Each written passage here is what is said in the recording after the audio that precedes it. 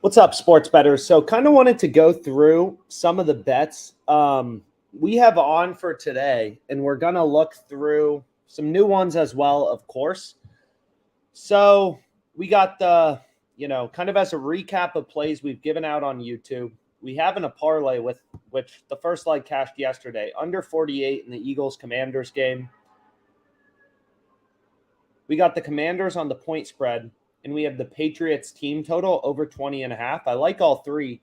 So again, if you don't have WinBet Sportsbook yet, I recommend signing up for it.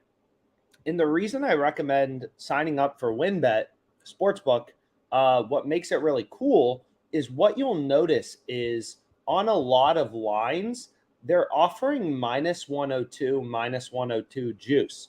So a lot of times with promos, they'll kind of take down their juice to be minus 102, minus 102. So give me a second and I'll kind of pull up a calculator and show you why that's so useful and powerful as a sports bettor.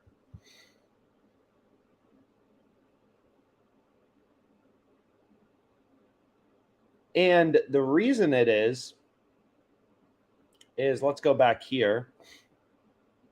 It's kind of like I found this very helpful when I started sports betting is if we go to a no vig odds calculator on OddsJam, what you'll kind of notice is if I go here to an odds converter calculator is when you're betting at minus 110 odds, which is typical juice, the sportsbook has a 2.4% leg up. You have to win 52.4% of your bets to break even. So like the sharps, the pros, people who do this for a living, they're winning on spreads totals roughly 55% of the time. Squares, recreational bettors win 50% of the time, which is the sportsbook's advantage.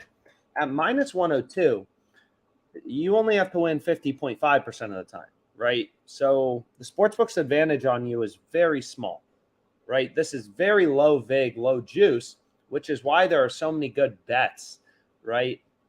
So we've been absolutely all over WinBet. Like we had Texas A&M -2. So that cashed, right? Or that pushed, I should say. But then I believe we also had Arkansas plus 2.5, which won. And you can see we got that minus 102 and then plus 101. So literally we're paying a cent in juice to get the exact outcome we had, right? We middled this. This was a middle bet. We had Texas A&M -2 and we had Arkansas plus 2.5, which cashed. So one leg lost, one leg won. And you can see we absolutely obliterated them on Rice plus 17.5. A lot of good plays, long story short, at minus 102 juice. So like massive freaking day we had in college football. So just a plug for WinBet.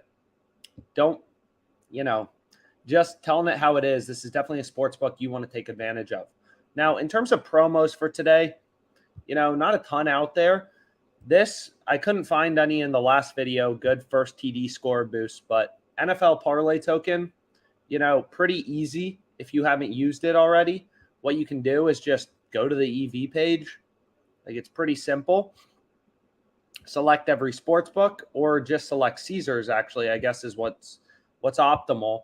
And just pick like a few, NFL picks. So we have 1, 2 here. So you'll have to find 2 more, or throw in 2 more you like, or just recheck it or turn off the filters, right? These recommended filters are powerful, but the whole point of them is they're just like checks on the EV page. So for example, here, I guess this game just started, but when there's less sports books posting odds, you should have less confidence in a bet being profitable.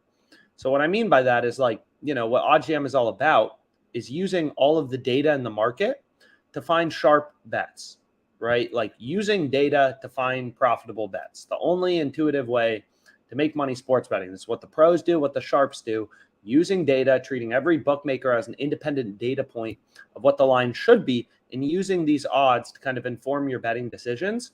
So, what these filters will do is say hey, if there's only one other sports book posting odds, it's kind of like even at Pinnacle Sharper or something like that.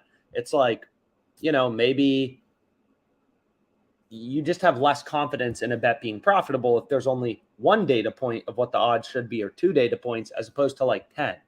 What makes it clear that this bet is so good is you can kind of look throughout the market and just be like, yeah, I mean, DraftKings has this minus 105. We're getting 25 cents of improvement from DraftKings.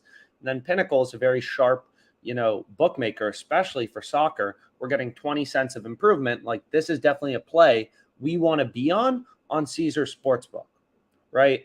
Probably won't be available much longer. It's a bit away, but if you want a 2.63% EV bet, that's the play to go with. Here's a tennis bet for today. Like, this is an example of a great bet that's going to show up with filters, right? Pinnacle has this roughly a coin flip, slight underdog.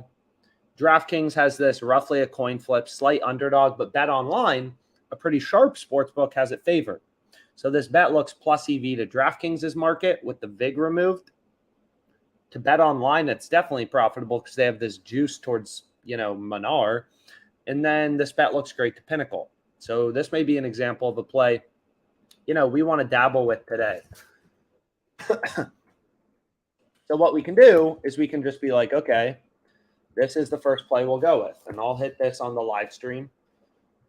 And that can be the first bet once it takes it. So what else do we have open in terms of props? So we can go through this. In terms of props, things we've given out, Matt Ryan, under 1.5 passing TDs. Thielen, under 4.5 receptions. Brown, under 5.5. I like underdog. There's a link below, or maybe not, to sign up. But, they offer better payouts, than Prize Picks does. So we did some cool content on Prize Picks just because it's a popular platform. But what you'll notice is they kind of screw you on these payouts. A 3-pick power play is 20 to win 100, which is terrible, like a terrible price. It's minus 141 VIG, or minus 141 juice is essentially what you're paying. Whereas on underdog, you're getting 20 to win 120, so you're getting plus 500. So we've gone through the math before, but underdog, there's a lot of positive EV plays because they offer higher, payouts. So we need Fournette under 4.5 receptions, and we need Tua lower than 262.5 passing yards. And I think that's what we got, for the most part. I think on Prize Picks, I added one. Nestor Cortez over 5.5. Some baseball plays. Kamara over 2.5 receptions. Irv Smith over 2.5 receptions. So hopefully we can bang out some wins today. Again, what I also recommend doing is live betting. I think is pretty challenging, just in general. But during halftime, definitely worth checking out. If you haven't, right? Live betting can definitely be profitable. You just got to move quick, and it's probably best to do during timeout breaks. Like the people who say they're the most successful live betting, typically they have the game on a fast feed. They're watching the EV page. They know how to navigate the sports books quickly. So it looks like Vikings, I don't know if they scored, who knows, but it looks like there was a play on them at minus 200. They already jumped up to minus 325. So there's a lot of good live betting opportunities in the NFL for sure, but you really do have to move quick. Like you can see, because these lines move massively. Like any pick, this first quarter money line, live line on PointsBet, the Vikings get a pick, they get a stop on 4th down, they get a field goal, whatever. Like these lines are always blasting around, which is why it's very hard to do in between possessions. You need timeout breaks, stuff like that. But we can go ahead back to pre-match. And what else did we have?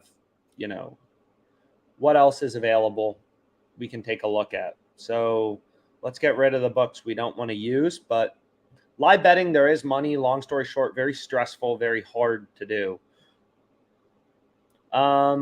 Let's see what else is out there. Looks like there's this play on Prize Pick still and a 4-pick entry. Both of these plays still live. If you have 2 picks you want to pair with, Nestor Cortez over 5.5. So in a Prize Picks 4-pick power play, you're getting implied juice of minus 128. So in a 4-pick power play, that would be great. 5-pick, a 5-pick as well. So that's pretty cool. We can see what else is out there. Some MLB plays. We'll turn the filters back on. And we'll see what's out there. So Tigers under 2.5 team total, skip. Soccer, October 1st, skip. Plus 105, Rangers under 3.5. Not really an interest. This one, not really an interest. So, kind of have to check frequently, but obviously a lot of the big games started. Another one we have is Wentz under 257.5, Winston under 239.5, Tua under 272.5. Big bug just came into my apartment. That's disgusting.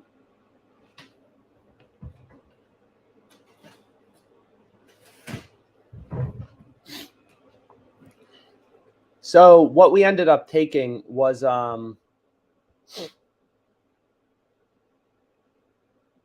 if we go back here, so we had Wentz under 257.5, Winston under 239.5, and Tua under 272.5.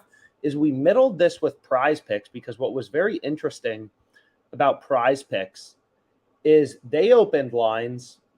So this was a middle bet. OddsJam has a tool for middles, which is pretty valuable. I definitely like to check. So all a middle is it shows you, so it doesn't look like any middles are currently available, but there's some live middles available. Is what middles will show you is essentially where there are discrepancies and where sportsbooks are setting the lines in the first place, right? So here you can see on Prize Picks, we have Winston over 215.5. On Underdog, we bet him under 239.5. So if Winston has 220, 225, 216, 230, 235, then both are over and are under cashes. So obviously a middle between 215.5 and 239.5, which is 24 yards, is a lot of yards, in between. Tua was 272.5 and 250.5, 22-yard middle.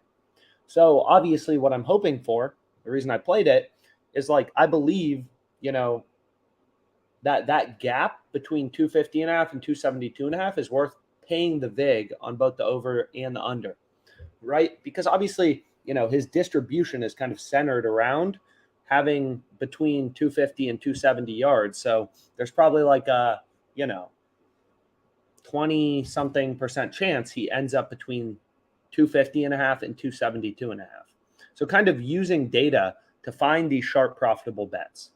2 over 250.5, so same thing with Wentz, 245.5, 257.5. And then I ended up just taking Justin Fields on the over. But we'll see about that play. So we can see what else is out there. We can go back here to the EV page. Markets are constantly bouncing around. We say it all the time, but it's really like being a stock picker or trader or investor. You never know when the best bets are going to occur. So you got to be looking all the time, right? This bet looks pretty good. Geno Smith over 33.5, longest passing completion. So, Caesar's only sportsbook that has the under favored. DraftKings has the overjuiced. Pinnacle has the overjuiced. FanDuel has the overjuiced. So all three sportsbooks in the market are telling us, hey, this bet on Geno Smith is good at plus 100. FanDuel, the no vig line would be, you can do this for every sportsbook, is be like, okay, what is FanDuel's model implying the true price is? So on FanDuel, it would be minus 106. We're getting plus 100, so we're getting improvement to the true odds. On DraftKings, it's minus 120, minus 110. So the true odds would be minus 104. So every sportsbook, right, that's how they work. They have models. They're taking all their bets in the market, and seeing different things, right? DraftKings takes different action, than Caesars does. There are people placing different bets on different platforms. So DraftKings is constantly letting their models update, to back out what is the win probability for a specific wager, right? And then with that, they get their no vig odds, and then they juice their odds, right? So sportsbooks have models that spit out win probabilities for bets, and then they, odds relate to win probabilities, and then they juice their markets, right? 51% means the fair price is minus 104. If you knew a team was 50% to win, then the true odds would be plus 100, right? Because if they're winning 50% of the time, the fair odds, the no vig odds, the true odds, whatever you want to call it, would be plus 100, right? Because you're betting 100 to win 100. So half the time you'd be winning 100, half the time you'd be losing 100.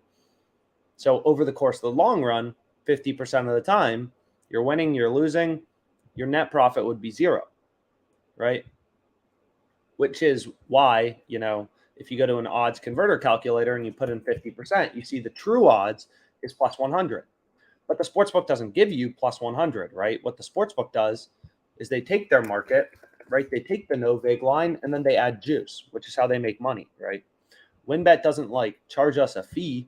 If we decide to go to baseball and we want to bet on this game, it's not like WinBet's like, hey, to place a $25 bet, you owe us $5. They add vig, right?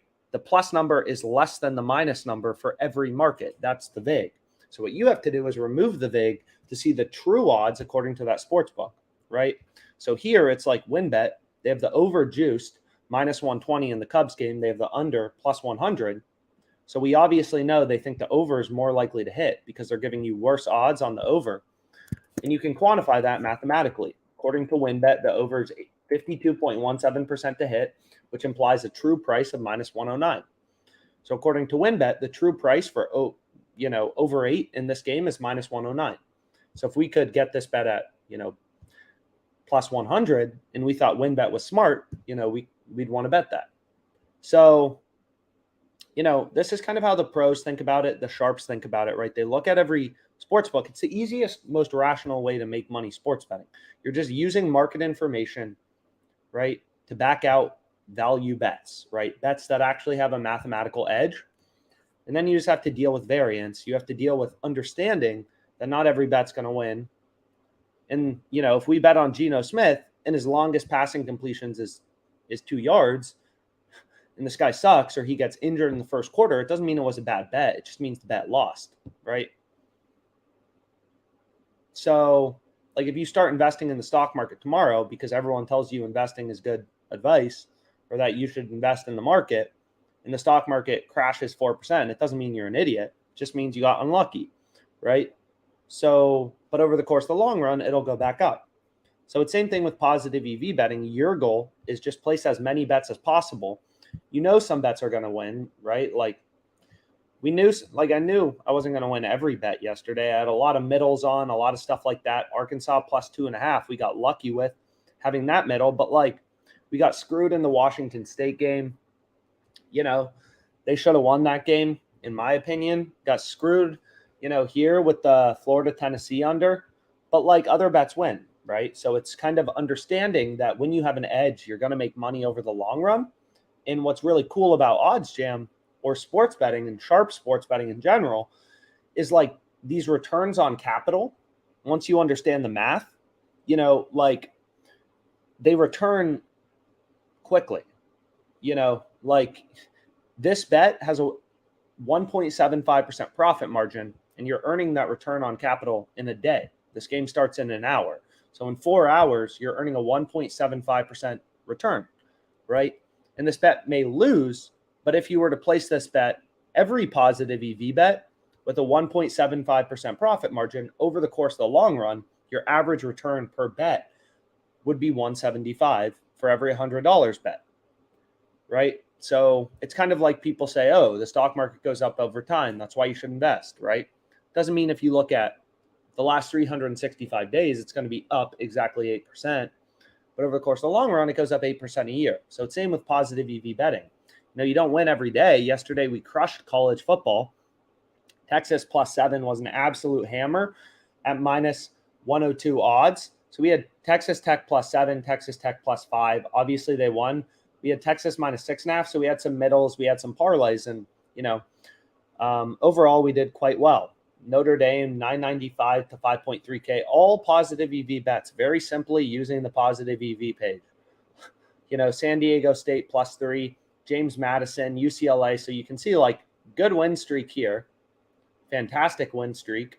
There will be some win streaks, some lose streaks, but I know over the course of the long run, right, my bets are going to make money. In YouTube during just football season alone, we're up 7.2K. Not every bet wins, And people always comment on the videos that lose and are like, you're an idiot. And it's like, you just don't get it. You're just not smart, right? It's about realizing, it's not about the sports. It's about the math and about the data and understanding how to follow the market movements and like treat each sports book as an independent data point of what the true odds should be, and then hammer the bets that are good, right? So we'll refresh, see if anything else is out there. Same thing with prize picks, right? Like on Underdog Fantasy, we cashed yesterday, but like, yeah, we were one away the day before as well. So pretty insane.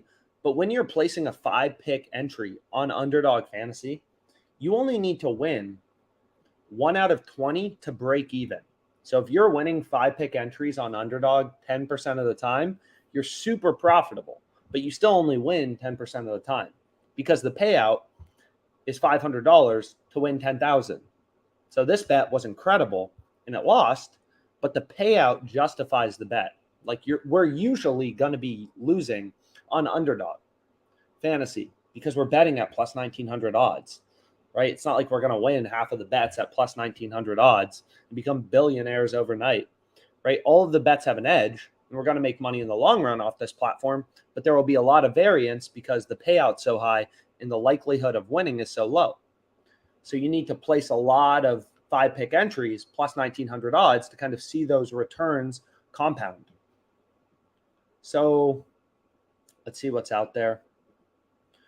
I think I'm going to call it for now. Geno Smith, I do like this player prop. So maybe we dabble a little with this player prop. Player props have been really good. Just looking at the historicals. Again, we can check out, see if there's any live bets out there. We have the under 48 in the Eagles game as the second leg in our parlay. That's looking fantastic. That's good. Patriots Ravens over 20.5 for the Patriots. How's that looking? Titans shocking the world right now, actually putting up points. Colts winning. A lot of people on the Colts this week I saw. Not much going on in these games, and maybe the Vikings are the worst team in the league. Who knows? Man, I Jets first quarter money line, so that doesn't feel great. But we want Geno Smith. So what was the exact bet we wanted? Over 33.5, longest passing completion. So kind of weird market, but we're just using data, right? It's like the only rational way to bet on sports, the only way the pros do it, the only way the people who actually make money sports betting think about sports betting is just looking at the data, looking for inefficiencies in the market and taking advantage of them. Because like this is like, this isn't handicapping really, right? Like this is a bet where you can mathematically quantify your profit margin based on the average odds in the market and the average probability based on those odds once you just remove the VIG. It's very simple, right? Very rational sports betting. It's like if everybody in the world tells you they'll buy your car for $20,000, you probably know your car. You get a lot of data on what the value of something is when you look at a lot of data points. So it's kind of the same here. We're looking at all the sports books in the market as independent data points on what the line should be set at. And then that tells us pretty obviously, like you don't even have to know anything about sports or Geno Smith. You just have to understand the math and the logic and removing the VIG, just finding the midpoint of these markets, right? To realize that this plus 100 is an insanely good bet. Like it's insanely good. And it may lose, but over the course of the long run, you'll make money. So like, our 4-pick, we cashed a lot yesterday. So that was pretty great. We lost some Indiana, Cincinnati under 58. We had that in the middle. We lost on the Mets bet, but like it's just variance, right? Winning streaks, losing streaks, winning in the long run. I'll take that every day. So you make hundreds of thousands of dollars sports betting. So hopefully you enjoyed this video. Let's make money.